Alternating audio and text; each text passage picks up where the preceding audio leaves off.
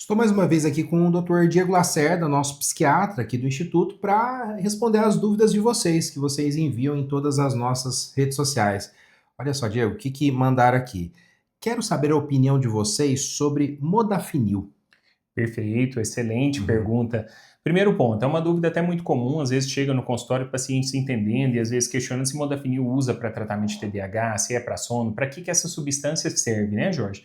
De fato, no Brasil hoje temos a aprovação do modafinil para atuação em distúrbios de vigília, né, ou seja, no sono. Aquele paciente que tem um excesso de sonolência, muitas das vezes, acarretando aquele período durante o dia, gerando um prejuízo à tarde, nos momentos onde aquele paciente tem que ser funcional a priori. Essa substância, ela não é uma substância psicoestimulante. Ela tem uma característica um pouco diferente, por isso que ela não serve para tratar TDAH, mas ela vai promover justamente essa ativação, ou seja, essa vigília que a gente chama.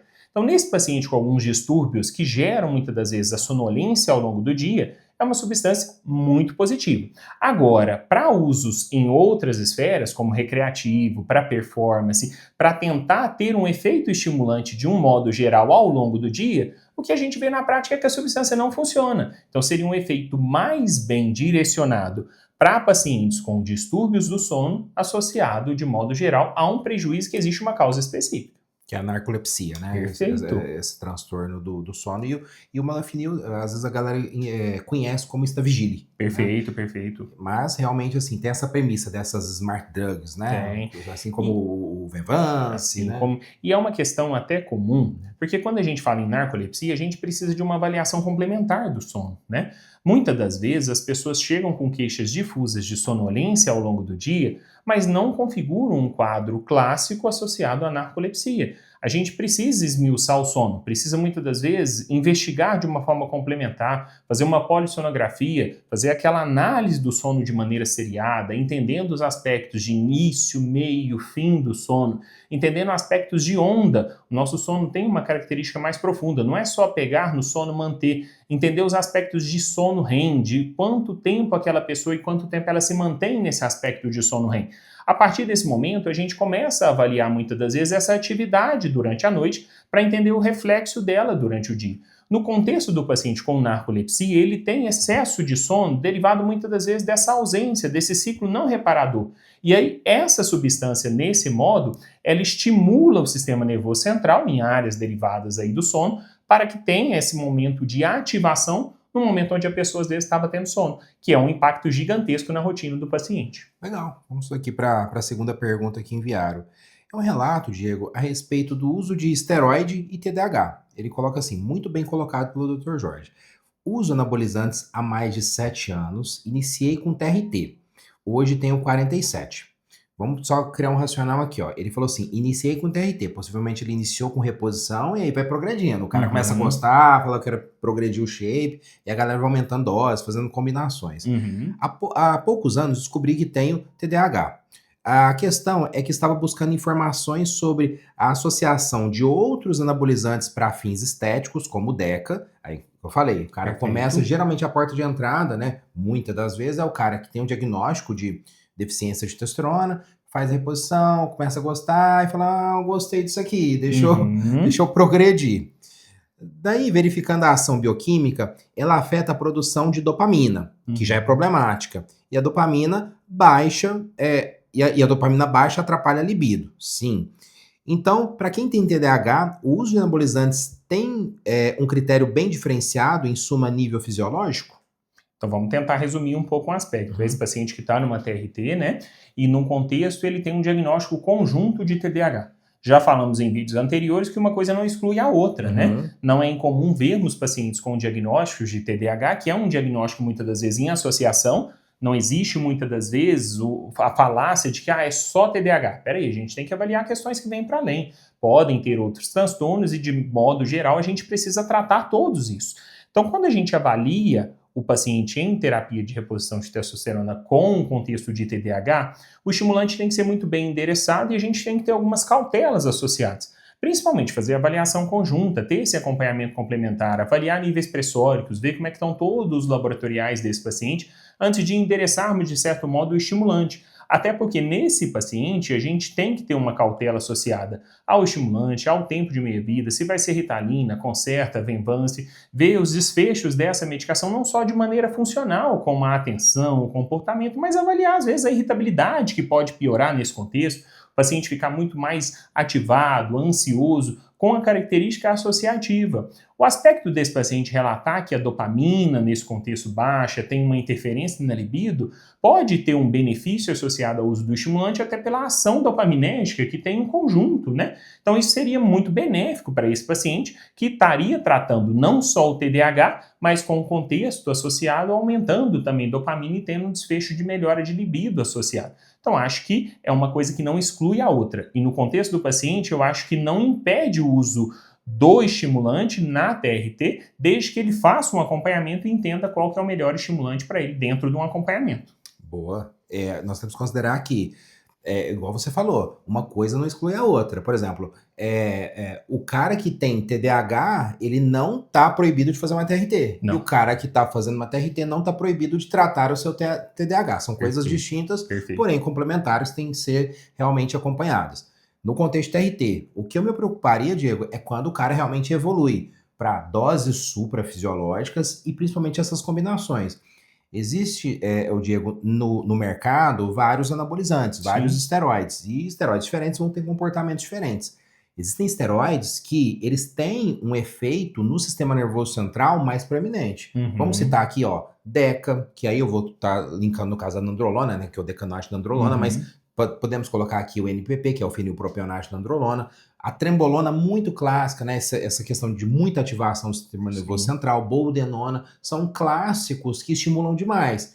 Então, qual que é a minha preocupação? Esse cara começar a descompensar. Esse cara realmente ele piorar a ansiedade, descompensar o tratamento do TDAH e realmente ele ter prejuízos. Então, é isso que você tem que ficar atento. As doses supras e as combinações que eventualmente você possa estar fazendo. Perfeito, e é aquela ideia que a gente entra desse acompanhamento complementar, para avaliar não só o uso medicamentoso, mas os desfechos dele. Porque se esse paciente, muitas das vezes, ele já tem uma dose suprafisiológica, associa um estimulante e com isso piora a irritabilidade, piora o contexto comportamental, a funcionalidade dele está prejudicada no contexto geral. Então ele está fazendo uma substância de uso associado para melhora de performance, ele está usando para tratamento do prejuízo do TDAH o estimulante, mas num contexto comportamental esse paciente está afundando. Então a gente tem que ter esse acompanhamento para ter essa melhora global. Com certeza. Terceira pergunta a respeito de insônia. Foi num vídeo que nós falamos sobre mirtazapina. Olha só, eu sempre tive uma insônia extremamente forte desde criança e literalmente nada do que eu fizesse resolvia. Foi aí que uma psiquiatra me passou a mirtazapina. Não sei mais o que é ter uma noite mal dormida ou dificuldade para dormir, ou seja, acabou Teve uma boa resposta. Uma boa resposta. Amo demais ela. Não tenho facilidade para ganhar peso, que foi uma coisa que nós comentamos, né? E o controle da minha fome. Então, não tive muito problema com o quesito aumento de apetite. Mas sim, ela dá um aumento extremamente insano no apetite. No caso, ela deve ter falado de uma forma teórica, olha, ela dá, mas no meu caso eu não tive. Sim. Né? Só que pelo que eu percebi, esse aumento não fica durante o dia, se você toma ela à noite. Ao menos comigo não fica. Perfeito, então temos uma paciente que usou mirtazapina e teve uma boa resposta. Isso corrobora o que a gente sempre fala, que medicação ela tem que ter perfil de paciente, ela tem que ser adequada ao paciente e ela tem que ter a indicação precisa para esse paciente. Não adianta pegar aquela receita que o vizinho que tomou ficou bom e vou tomar também que vai melhorar. Não funciona assim. Uma paciente que não dormia bem, que provavelmente já usou outras medicações, e num contexto não teve uma resposta boa a esses outros remédios. Espera aí. A gente tem que avaliar o sono de uma forma complementar. Dormir não é só o paciente chegar e falar eu não estou dormindo bem. O dormir e muitas das vezes o sono ele tem que ser avaliado de uma maneira complementar. Entender a fase inicial, quanto tempo esse paciente demora para pegar no sono. O que ele faz antes daquele momento do sono? Como que ele prepara a rotina do sono? Perfeito, ele deitou, qual que é aquela latência inicial? Ele pegou no sono, ok, ele dorme de uma maneira profunda, ele desperta muito ao longo da noite E aí ele acorda no outro dia. De que forma? Acorda mais cedo do que habitual, acorda cansado, acorda disposto. Então tem muitas nuances do sono que precisam ser avaliadas. É um paciente que ronca, é um paciente que transpira muito ao longo da noite, é um paciente que tem um sono muito agitado, que às vezes até chuta o parceiro, parceira, acorda gritando. Quem nunca viu vídeos desse jeito? Então a nuance do sono, então dormir bem, é uma questão que tem que ser avaliada muito profundamente. E essa paciente, ao que se pese no vídeo, do que ela fala no comentário, provavelmente a resposta associada à mirtazapina vem de que o sono dela teria um prejuízo. Ou seja, ela não teria uma insônia primária, mas provavelmente uma insônia secundária, um transtorno de humor, um episódio depressivo ou um transtorno ansioso. Por isso da resposta tão boa à mirtazapina. E a mirtazapina, ao que se pese, é uma medicação que não pode ser condenada. Ah, mas eu ouvi falar que a mirtazapina engorda, Jorge. Ok, eu ouvi falar que a mirtazapina dá muito sono. Ok, mas tem pacientes que, de certo modo, não têm uma e uma predisposição ao ganho de peso. Tem paciente que toma mirtazapina há um bom tempo com peso estável, sem ganho de peso considerável. Tem paciente que toma mirtazapina e dorme à noite de sono bem natural e reparadora. Então, a medicação, quando muito bem indicada, ela promove sim sono. Por isso que muitas das vezes é um remédio que vai ser tomado à noite, que já próximo ao horário do sono vai induzir sono. E aí, essa medicação pode ampliar um pouquinho o efeito sobre o apetite? Sim, mas nessa paciente que a gente tem como referência, não teve isso. Então, a medicação ela é individualizada, o tratamento tem que ser personalizado e, de certo modo, ele pode ser muito efetivo. E, ao que se pese, é um ótimo remédio. Igual você falou, são características dela. Ela melhora o humor, mas ela pode dar sono e aumentar o apetite. Sim. Como você falou, existem pessoas que terão esses colaterais, existem pessoas que não terão esses colaterais. E existem pessoas que vão se beneficiar desse colateral. Claro. Né? Por exemplo, a questão da própria insônia. Uma pessoa emagrecida, aquele idoso emagrecido, Claro. ele vai se beneficiar de um colateral. Então, por isso que é muito individualizado. Claro, e você falou uma das características que às vezes mais pesam na prescrição de uma medicação. É avaliar não só a indicação primária, mas o que essa medicação causa como efeito colateral. Existem efeitos colaterais que a gente trata muitas das vezes, sintomas que a pessoa tem. No caso de um idoso, a queixa principal em consultas muitas das vezes é um sono que já não é mais regular. Às vezes esse idoso já não dorme mais tarde, ele acaba dormindo mais cedo. E aí ele dorme e acorda no meio da madrugada. Mas quando a gente vai ver, ele dormiu às 6, 7, 8 horas. E aí ele começa a ter uma demanda de sono. É aquele idoso que cochila durante o dia. Já não almoça, só faz um lanchinho, mas quando a gente começa a olhar certinho, ele tem uma alimentação bacana. Mas ele passa a não comer carne, ele passa a não ter certas predileções a alimentos. E aí a gente precisa olhar de uma forma muito individualizada. A mirtazapina vai fazer ele dormir bem, vai aumentar o apetite, vai regular de certo ponto a ansiedade, o humor e vai encaixar como uma luva em certos tipos de paciente. E vamos aqui à próxima, olha só. Doutor, eu tomo a sertralina há uns 10 anos e eu amo os efeitos positivos dela. Possivelmente ela está falando do humor. Mas o negativo dela, para mim, já sou casada, é a queda da libido. É horrível isso. Queria trocar por outro que não deixasse isso acontecer. Achei interessante esse que você está falando. Na verdade, nós estávamos falando do Revoque. Perfeito. Então, queda de libido com sertralina, um inibidor seletivo da recaptação de serotonina. É um dos efeitos mais comuns, né, Jorge, no uso do serotoninérgico, principalmente em pacientes adultos, pacientes jovens que iniciam um tratamento ou por um transtorno ansioso, por um transtorno de humor e acabam tendo uma redução da libido. E aí, pessoal, é só mexer o remédio? Não, muitas das vezes a gente vai ajustar a dose, a gente vai fazer medidas ambientais para essa paciente de uma forma a orientar atividade física, orientar muitas das vezes a prática correlata de uma psicoterapia dirigida, vamos organizar a alimentação dessa pessoa, vamos olhar toda a parte hormonal, ver como que estão os exames, entender certinho o que essa pessoa está passando.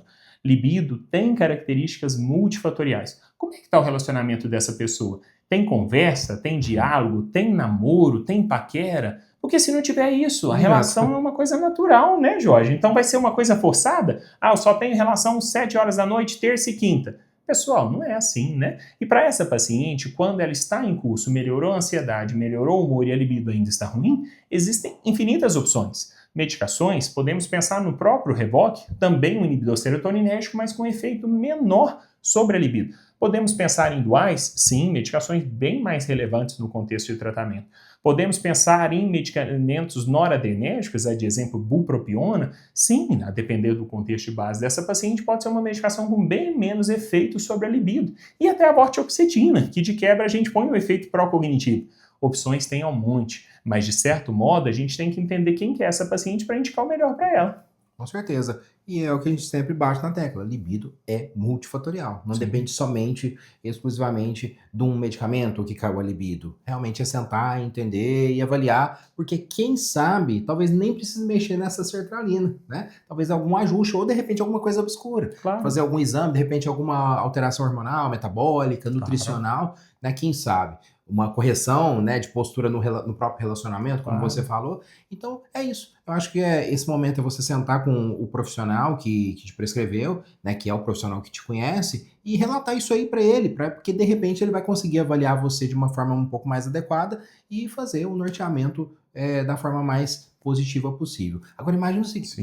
pode falar. E o mais importante, Uhum, Jorge, eu acho que é não aceitar um uhum. tratamento com uma melhora meia boca. É aquela melhora, mas eu estava tão ruim do humor, eu estava tão triste, agora eu estou bem, mas eu não tenho libido. Pessoal, peraí. Né? Tem que ter saúde sexual, Sim. tem que ter saúde física, tem que ter saúde mental, tudo isso faz parte. Não existe melhorar mais ou menos. O paciente tem que melhorar de uma forma global. Global, que isso quer dizer qualidade de vida. Qualidade de vida, obviamente, para mim é diferente para você, Claro. mas nós temos que ter todas essas áreas, né, bem alinhadas, para que realmente a gente possa realmente ter tanto longevidade quanto essa qualidade de vida. E Perfeito. sexo faz parte também. Com toda certeza, né, Jorge?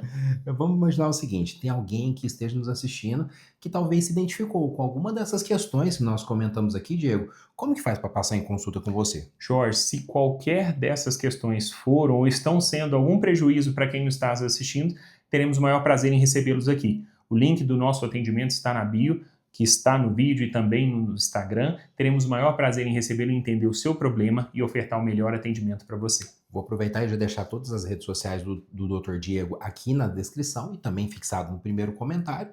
Esperamos ter ajudado vocês. Se ficou alguma dúvida também, deixa aí pra gente nos comentários que a gente vem numa próxima oportunidade tirar essas dúvidas. Um grande abraço, fica com Deus e acompanhe os próximos conteúdos. Tchau, tchau.